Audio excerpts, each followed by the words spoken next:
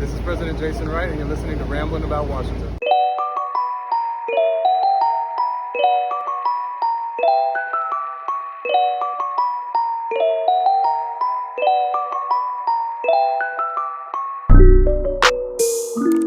But guys, my name is Josh Taylor, host of the Burgundy Network podcast, and joining me is my guy Rio over there. What's going on, man? What's good, man? Hey, you ain't got tired of seeing me yet, man? We've been out in Richmond. Man, We did a pod already, and then we about to see each other again Friday. What's up, man? Look, man, we did that podcast. Everybody was hitting us up saying it was dope. They loved it. So I said, look, we got to do a wrap-up pod of the training camp because we got this huge practice on Friday. And we had to bring in our guy, Jalen. What's going on, man? Met you for the first time on Saturday. How you doing? What's up, man? I'm doing good. Rio, I love you, man, but I might be tired of seeing you. If I'm I might be tired of seeing you. I've been seeing you every day. We were calling Rio the MVP. I'm excited. I'm ready to get to some Washington football team. Absolutely. Shout out to Andy over there. It's midnight over in the UK. Holding it down for us, Andy. Appreciate you. Wish we could have seen you at training camp. But man, Rio was MVP. He had this little vacation, forgot he had a job, forgot he had a family. He was just living at training camp every single day. So, guys, we're going to break this up in half, and we're not going to talk about COVID, the vaccine, because I got so much hate in my messages today just bringing up one tweet about it. So I'll stay away from it for tonight only, even though it is a story. But we're going to break this up into on the field and off the field stuff. And, guys, on the field, we got to talk about who impressed us the most because that's what everybody cares about. Who looks good? Who looks season ready? And I'll start out.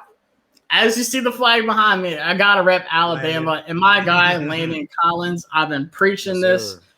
It's crazy that people wrote him off of one injury. And I know how crazy of an injury it was with the Achilles, but you see Kevin Durant coming back from it, having success that next season. But, guys, what do you think of Landon Collins? Did he impress you? I know it was without pads. They finally had the first practice today with pads.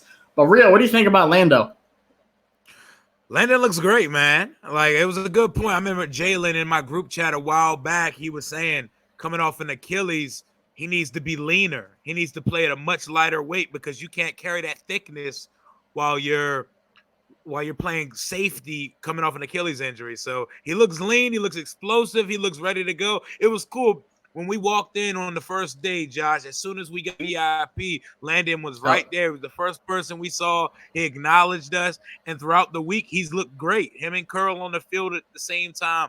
I'm very encouraged from what I saw. What do you think, Jalen? Comeback player of the year? Yeah, as Rio touched on it, I just thought that Landon needed to come in lean. I think one of the reasons that contributed to his play and maybe to his injury last year was he was a little bit out of shape. He seemed kind of boxy last year when he was playing, but just watching him in training camp, he was flying around, not just in that box safety role either. Him and Kerr were interchangeable. I saw him breaking on balls on Saturday. He had 2 interceptions with a tremendous play in the end zone. So it was something I haven't seen during Landon Collins' time as a Washington football team member. So I'm excited. Like, he's lean, he's bouncy, free flowing, and moving all over the field. Yeah, Chris Harris always said you like free things, and man, he took those 2, like you said, ran one back to the end zone. Chris Harris was running with him, the DB's coach. So just had everybody hyped. But another guy, in my opinion, that had a great training camp talking about interceptions. Saturday, Cole Holcomb had that one-hander like behind his back like that, no glove, sweet. Cole Holcomb. That was a fresh look. Jalen, how's Cole looking other than the mullet? Cole's looking amazing. Cole is feisty. Cole was actually one of the guys that got into a scuffle. I don't want to escalate it and bigger than what it was. It wasn't like the Giants practice. He got into a scuffle with Samis on, I believe, Friday with Samis Reyes, where Samis was just blocking him, and Cole just popped off and just hit him in the face. And I was like, I like it. I mean, I don't like it because that's your teammate, but just the fight. He's been feisty all camp. And linebacker on Friday, me and Rio were there the linebackers before they broke off into teams, and the linebackers are hyped. We were like, bro, it's 9:45 in the morning, and they were getting to it, and Cole was one of the main voices in that thing. So I'm excited about Cole's prospects for this year. Yeah. Oh yeah, that linebacker room. And that linebacker room was crazy. David Mayo, it's like 9 a.m. in the morning. He's out there like, man, if you don't want to effing hit, get off my goddamn field. I was like, oh my God, I'm ready to go out there and suit up myself. I was ready to grab some shells and go. But this man, I see Burrow. Best thing about camp is the Rio GIF. Man, that meme is going around everywhere. And it wasn't even that camp. I didn't even see Keith taking that picture. I didn't even see anyone with their phone out because we were just vibing over at Wood and Iron Bar. But the player that impressed me the most at camp is someone I am very not high on, Kelvin Harmon. Kelvin Harmon and AGG, you know what? I'm just going to tag team them and put them together because they have the most pressure on them. Harmon being a guy who was drafted by the predecessor regime. Like he was drafted by the other regime. AGG was drafted in the 4th round from this regime. And one was hurt and one showed us absolutely nothing and was hurt last year. So the fact that I've seen them look impressive, explosive, and having sure hands through that week of camp in Richmond, that gives me some real positivity going into camp that we may have a possession receiver on the roster somewhere. We got a lot of guys, but that big body possession receiver, we lack it. And they're both making a strong case, but let's see what happens when the pads go on and the preseason games start. Yeah, we haven't had an actual wide receiver battle in God knows how many years. Maybe like 2012 when we were pretty loaded at wide receiver. Jalen, if you're looking at these wide receivers, we'll even throw Cam Sims in that bunch. What did you see from those 3 guys? And who do you think really got the edge after training camp going into this practice here in Ashburn? So just in talking about those 3 guys, I still think that Cam has the stranglehold on that back half of the roster position as far as that big body receiver role, just because he was simply in on more reps. And just like Rio was mentioning with Kelvin Harmon and AGG, Cam was getting his fair share of reps, doing well in one-on-ones as well. And just when I just couldn't help but notice in teams, he was in beside Terry a lot, especially with Curtis Samuel not out there as that other boundary receiver. And he was in over guys like Kelvin Harmon and AGG. So just specifically with those 3 guys, I'll say that Cam has the edge. But I do want to touch on, because his performance didn't necessarily surprise me, but just what I saw from Terry McLaurin in camp was just amazing. He was unstoppable. He was unguardable. He already has a connection with Fitzpatrick that is going to make a lot of his fantasy owners proud this year. I expect those fantasy owners to sell high, buy high on Terry McLaurin right now. Buy high on Terry McLaurin. Like I was mentioning in Rio today, it seems like he has this route, like this 15-yard in, like this dig route.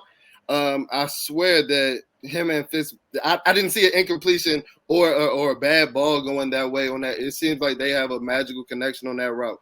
So I was amazed with what I saw from Terry McLaurin, and I expect him to put top 5, top 7 receiver numbers in the league this year. I'm with it. I was that impressed with what I saw earlier. And he worked with Doug Baldwin a lot this year. And I tweeted it out early in training camp. You can tell such a difference. His, like, the one knock he has with, like, his route running wasn't the best. It wasn't the crisp. You know, he had things to work on. Everyone knew it. He was still young in the game. But that work he did with Doug Baldwin, like, you're talking about those dig routes, like you're supposed to get down low when you cut back in. He's getting lower now, getting that center of gravity. I love it. I see a huge jump. I forgot who it was. William Jackson III said today, even playing him back in 2020, he's like, there's a huge difference in Terry McLaurin this year. And I was like, all right, I got to stop drinking the Kool-Aid. Like, I want to, that boy looks ready. That boy looks ready. Absolutely. He looks ready. And Tony. My man Tony Shivers. Yeah, I was just about to say, he said even DeAndre Carter flashed. I'll tell you one thing. He's usually open. Even if he doesn't catch the pass, he's creating separation on a consistent basis. And him and Heineke have built quite a rapport already. Like, I've seen that. Jalen, you're going to touch on that too? He did drop one, but just to touch on DeAndre Carter, he's fast. He like Rio said, he creates a lot of separation. And I couldn't help but notice that he was running a lot with the ones on Saturday. And I think that he was serving in that Curtis Samuel role because we saw him have a jet even with the ones that he turned upfield and got a pretty nice game. So just his speed, and Ron is a guy that values positional flex and things like that. So him serving as a full-time returner as well as contributing as a back into the roster receiver. His prospects are high for making the roster right now. Yeah, and Andy, you're right with punt returns. DeAndre Carter, that's exactly what they brought him in for. And people are saying, look, he's probably not going to make the roster because we're only going to keep 6 wide receivers. If you go read Kime, JP, Pete, Mitch, all of them, Rhiannon, all of them are saying like he's made his presence known as a wide receiver who could slide in as that punt returner or kick return specialist, but also have an effect as a wide receiver. The chat's blowing up with some Wolves fans, so I just gotta show them some love real quick. We had a lot. Got the Wolves in the chat, the Wolf pack. Look, they are all over. I Alex, knew Rio was what's gonna good, say man? something. What's They good? You are already all know over I the gotta place. rep the Wolves in the chat. Ow! We out here. And then Andy brought up this good one. Who is your hidden gem that we've seen at camp? And Rio, I'll let you go first. This is a good one. This is a good one. Let's see. Hidden gems from camp. Off the top of my head, I will say because I don't want to pick someone that's too obvious. Let me see. Yeah. I want to say Downey Brown, but I'm trying to pick someone slick. Nah, exactly. I want to pick someone. I want to pick one of the rookies like StJuice or Johnny Brown. I was about to say like I have one. If you don't have one, Rio, I didn't. I have one. Go ahead, Jalen.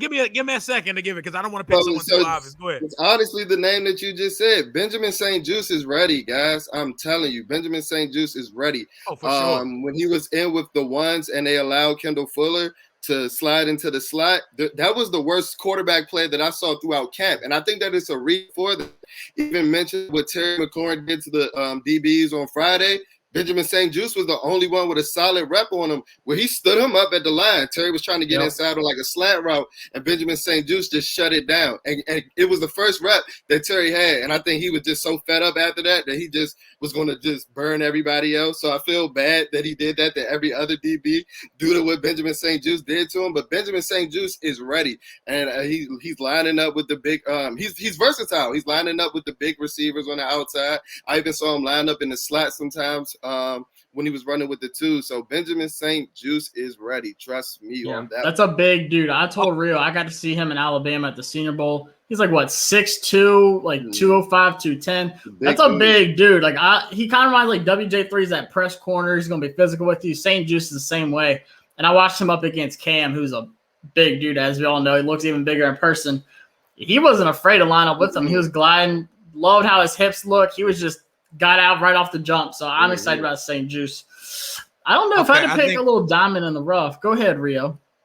Yeah, I think I got one now. And I wouldn't even know if I'd call it a diamond in the rough, but word on the street was Jimmy Moreland may be in trouble this offseason. And I can tell you from what I seen in Richmond, that man will be on the field a whole bunch because he was one of the sharpest and most consistent corners out there. He's back to the people's corner that we saw his first year in camp, finding the ball, attacking the football as soon as someone gets it. Jimmy Moreland looks great. He's ducking my podcast, and we've rescheduled a couple times, but he's definitely not in the smoke on the football field because he's killing it. But now me and Jimmy, we good. I talked to him at camp. We're going to be able to get that worked out. Jimmy Moreland's my diamond in the rough. He's coming for that starting slot job, and he's coming very hard. He's not playing any games. I think he heard the smoke. Tay.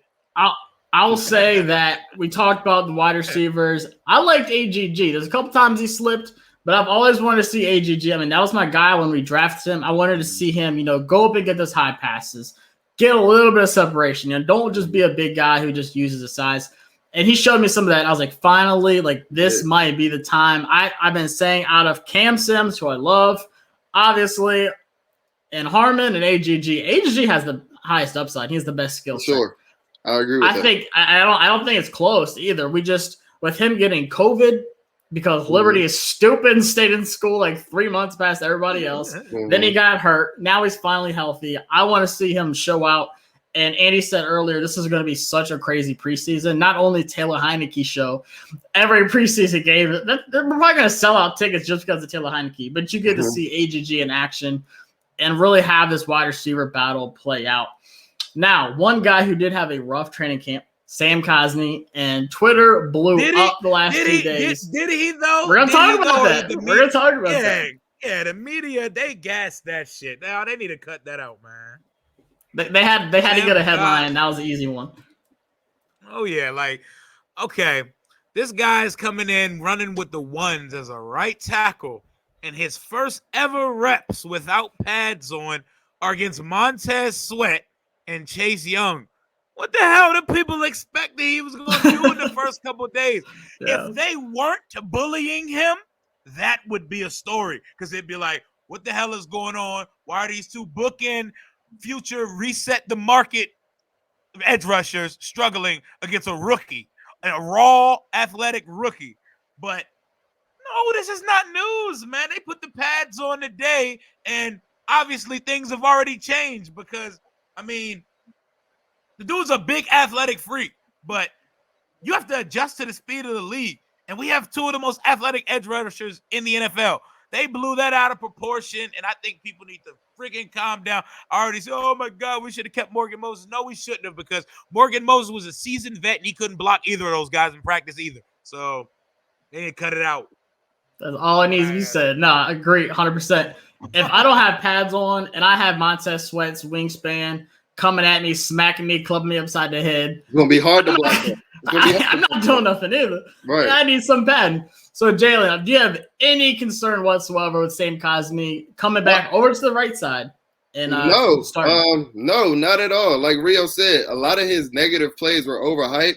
But the first thing that you notice when you go out on the field is he's the biggest offensive lineman out there. May not necessarily be the thickest at this point, but he's almost a half a head taller than everybody else. I know he's listed somewhere in some sites as 6'7" or 6'8", and the only guy comparable to that would be like a Cornelius Lucas. But even I pointed out to Rio when we were watching 11s, yeah, he got whipped by Montez Sweat on one play. But on the next play, he just hit Deron Payne with the meanest punch and washed Deron Payne all the way down. And Deron Payne, who's a refrigerator of a man, he got up on his rib. So you know that this is the type of guy that packs a punch. And I'm not too concerned because, like I've always said, there's a reason why Morgan Moses was cut a couple days after the first rookie minicamp. They saw something in Samuel Cosmi, and that first impression is always a lasting impression. So I believe that he's going to get adjusted to the speed of the game. He's not going to be playing guys like Chase Young and Montez Sweat every week. And we just got to go deal with the growing pains because I don't think that they're going to be too much more. Yeah, Sam Cosmi scored in the top 1%, and it's one of the most athletic tackles of all time in draft class. So that alone showed me enough. And then seeing him practice, they were doing drills where like dropping the ball and you had to like jump on it and stuff like that and just come off the line the quickest. He was the first one every single time. This is a good question. Y'all think Lamar Miller's taking the 9 over Peyton Barber? He's made some plays, especially today. He made some catches and stuff. Like, are we going to see the old Houston Lamar Miller? I honestly think that. Go ahead, Rio. Go ahead. No, you go ahead, Jalen. You go ahead. I got you. Well, I honestly think that Lamar Miller is actually going to be our third running back on the depth chart. He's actually the only running back, and I love Jared Patterson, but he hasn't shown it to me on the pro level. But he's actually the only other running back that has shown on the roster that has shown the capability to be dynamic while also, carrying a workload. He was a 1,000-yard rusher with the Texans. Granted, that was a couple of years ago, but he looks like he has some of that springiness and that spryness back. He broke off a couple of long runs on Friday, back to back, one off tackle and one was a pretty good inside run where he showed some nice vision. And I think, if he can get back to that form that he was with the Houston Texans, where he was a Pro Bowler, and I saw some flashes of that while we were up there in Richmond, I think that he can be a pretty impactful player with us this year. Yeah, for me, I'm going to go ahead and say it's going to be Barber or Patterson because we need a bowling ball in the backfield. We need someone who's going to hit the hole and run somebody over and run with that short center of gravity. And Peyton Barber looks like he's lighter on his feet. He looks leaner this offseason, but he still runs hard. I saw him make a couple of nice catches in practice, but Patterson looks the part to me. Patterson is so shifty, and his lateral agility is perfect. He runs with good balance. He hits the hole fast and doesn't dance. If he doesn't make the practice squad, I think there's a good chance he's the third running back here because Ron has showed us time after time that he is not afraid to play young players or undrafted players. So I'm going to go with Barber or Patterson over Lamar Miller at the end of the day. I'm going to go with that. Yeah, I mean, Peyton Barber, like stats-wise, yards per carry wise, one of the worst in the leagues to this day. But like, there's something about him to where this regime still loves him. I don't understand what it is. He's a good guy, man. He's a good guy. People are saying like we could possibly get a guy free agent wise, or like a late cut guy doesn't make the team. Do you even think that's a possibility, Jalen? No, not necessarily. Because like I've said before, they didn't really do much in the running back room. So that's why I think that the prospects with the guys that they have in there are pretty high. I do want to touch on one thing with Peyton Barber and Jared Patterson just serving in that bowling ball type running back role. Peyton Barber lost a ton of weight.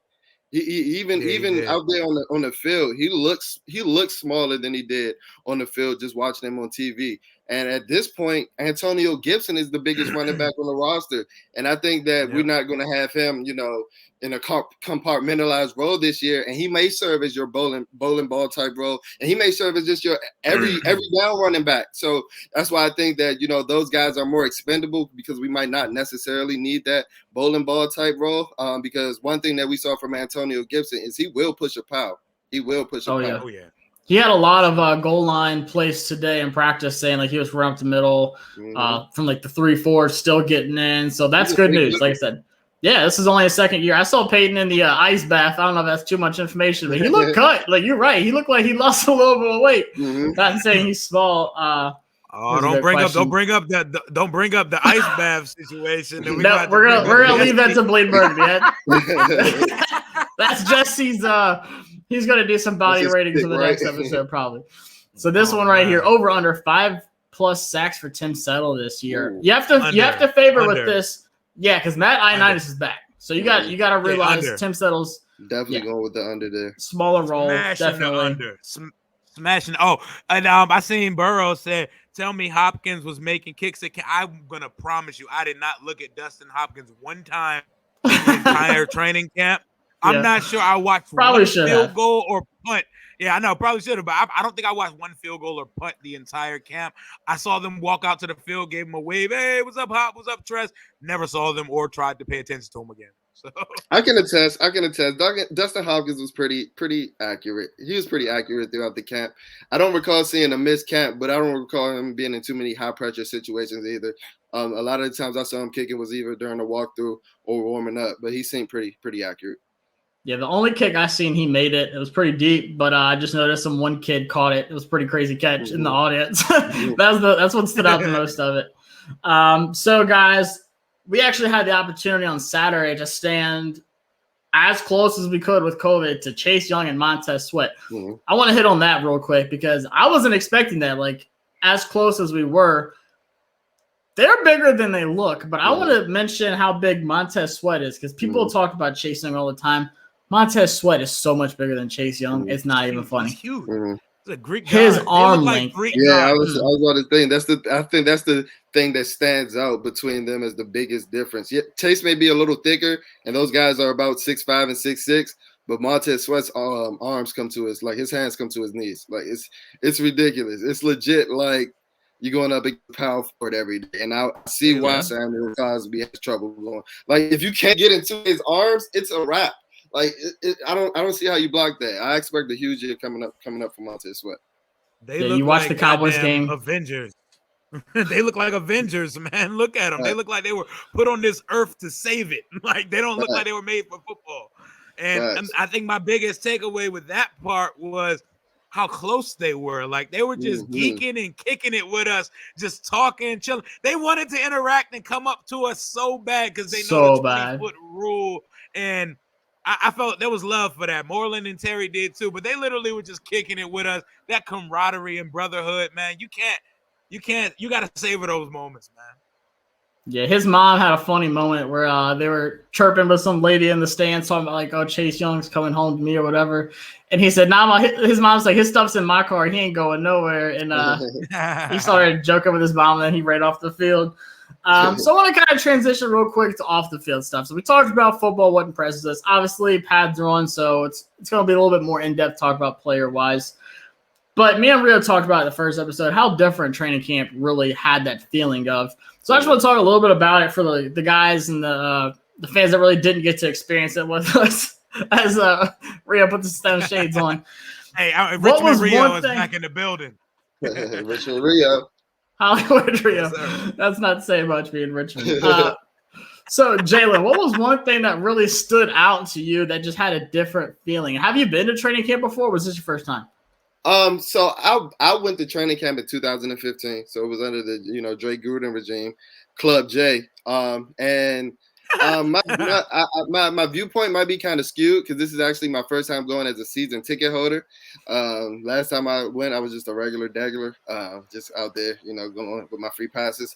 But the one thing that stood out to me is that they're trying to embrace the fan, right? They're trying to bring back, the fanhood and the things that made the Washington football team as an organization so special. The fans that made our play shake back in the day, the passion, the pride.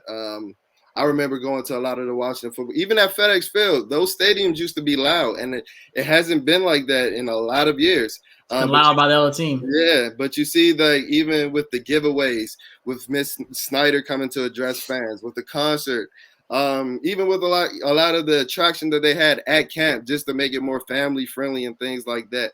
And just us being season ticket holders with that VIP treatment that we got all week with the air conditioned tent and things like that. They're trying to bring the fan back to the foundation of what it means to be a Washington football team fan. I agree 100%. I've been coming to training camp since it's been in Richmond. I mean, I would go by myself. Like, it didn't matter. Like, to me, like, prime was like RG3, walking around talking about it, just the autograph session, stuff like that. So I didn't really know what to expect with it being different because of COVID and everything. But like you said, and then obviously everyone's seeing how open Jason Wright is. It's like you don't expect it at all. Like, I met him for the first time at the draft in Cleveland. And just right away, you could tell he was just a genuine dude. He was just another one of the guys. He's like, oh, man, like, what are you doing tonight? Like, you want to go get something to eat? Like, you just want to, like, chill? Like, what are you doing kind of thing? You're like, is this even allowed? Like, I don't even know. Like, can I be talking to you right now? But, like, at camp, like, when Rio met him, and then on Saturday, just talking to everybody, coming up and just, like you said, making every single fan feel welcome. Because that's something, like, you remember.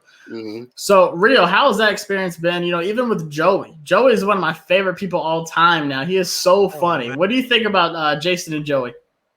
Oh, man. Jason Wright, Joey Kobe Bekovich, don't get me started. This is just such a new day here in D.C. And Mrs. Snyder. I walked up to Mrs. Snyder, and her security team looked at me like I was crazy. I just had to shake your hand and introduce myself and see if I can get a picture with you. And she did it. She is a sweet woman.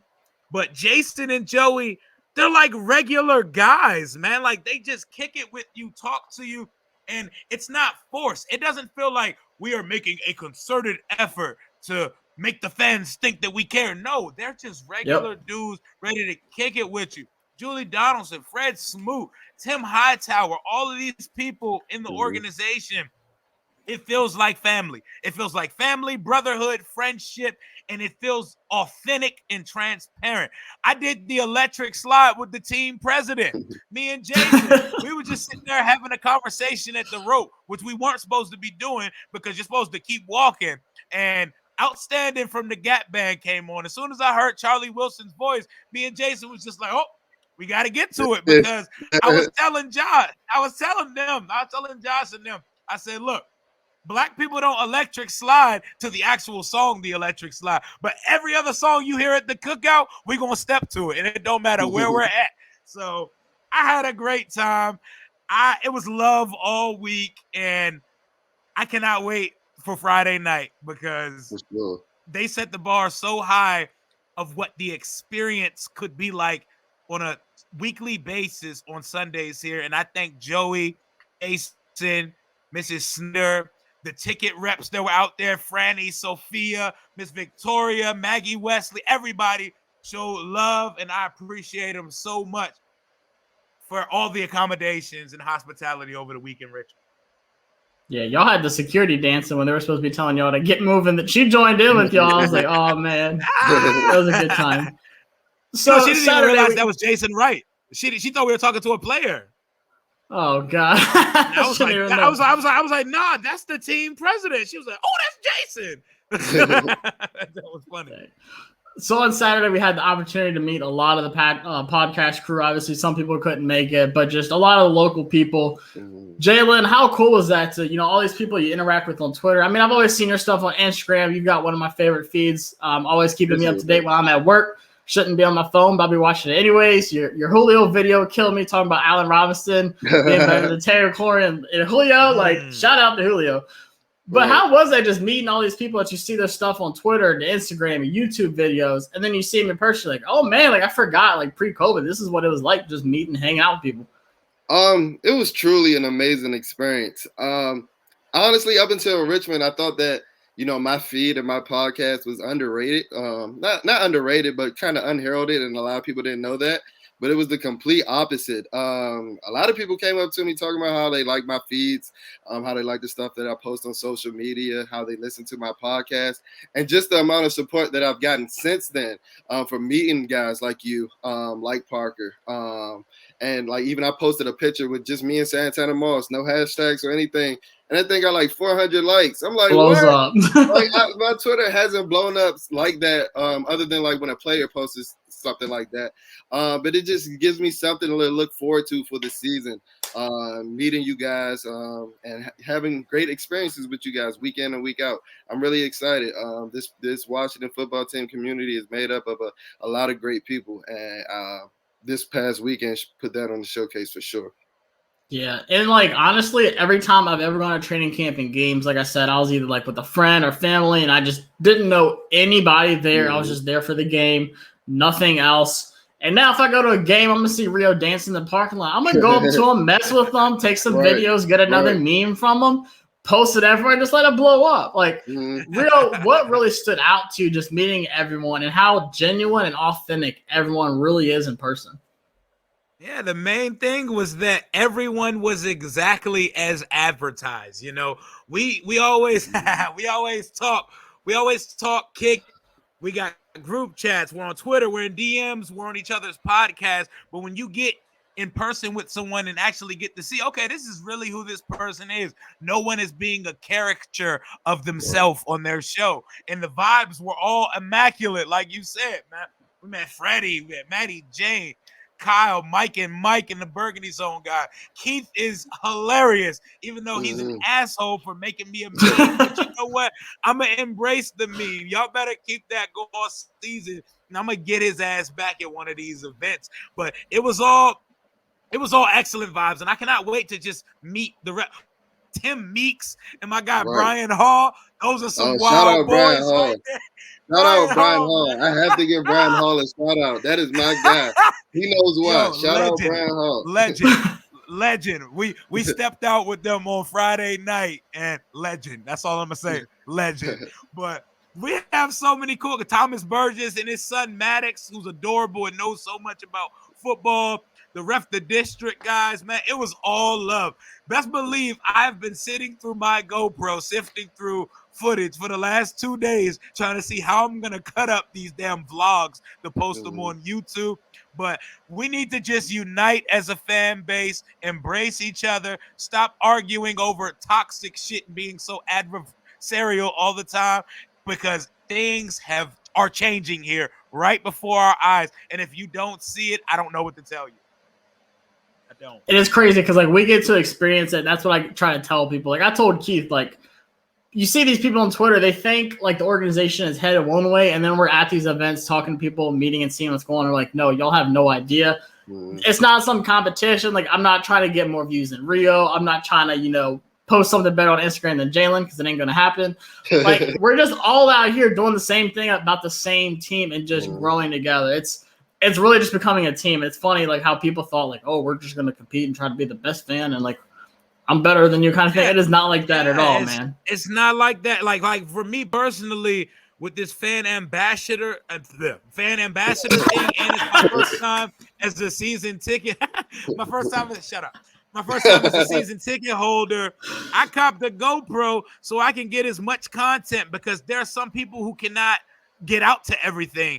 And now that I am able to, I want to take fans on Twitter, Instagram, and Facebook. I want to take them along for the ride with me. It's not because I'm a narcissist and I want my face to be all over your damn timeline every day and I'm competing to take the best pictures at camp, or because I want to be the fan of the year. Raw. No, it ain't none of that, man. I'm just out here trying to spread good vibes, good energy, and I don't like Shelly said, and no one even cares about the name anymore. Exactly. because regardless, we're gonna rep, we're gonna adapt, and we're gonna be there on Sundays and be on Twitter repping our squad always. Exactly. Shout out to Andy. Like I said, people that just couldn't be there, and that was the main thing for me. Like, I want to take as many pictures and videos and tweets about plays as possible. And you'd be surprised how many people really reach out to me like, yo, man, I really appreciate it. Like, I was stuck at work this day. When I got home, I was checking out everything because I missed out. This is like the first time I couldn't go in years and stuff like that. And then, of course, you got the people coming back saying like, oh, you're not a reporter. Why are y'all trying to act like you're taking pictures and play? Like, it's not even about that. Like, I literally wanted as many people there as possible. I was smooching tickets off of everybody. Like, if you weren't going, I was getting a ticket for somebody else we knew. Meeting up with guys like my guy John, who's been at VCU. I haven't seen him in forever. Cameron Mingo, who does an awesome job talking about the Wizards. Sir, my man Trev, I mean, we met T-Rev. Man. We met so many people. Man. The face of the franchise, Corey Sanchez. Like, come on now. Oh, my God. We met some good people this week. Legend. And the thing is, like, if I was to pick my favorite thing about camp, it would be all the people that I finessed in the VIP for the week to experience that shit with us. That would be my favorite part. Not the electric slide, not all the people we met, all the people we got to share these experiences with and take it in all as a team. I loved it. I loved the energy. I bought one season ticket because I said I don't need to go with anybody else because I'm going to meet people and I'm going to just embrace the fan base, and I hope they embrace me too. So that's what it's about, man. I cannot wait for Friday night. And that's what we're about to talk about real quick right now is Friday Night Lights is what I've been calling it, the practice at FedEx Field. Y'all, I haven't been at FedEx in like 3 years because I lived out of state, couldn't make any games. It's been a long time since I've been in FedEx. Rio, I know you got a video with Making the Brand coming up where you were in FedEx.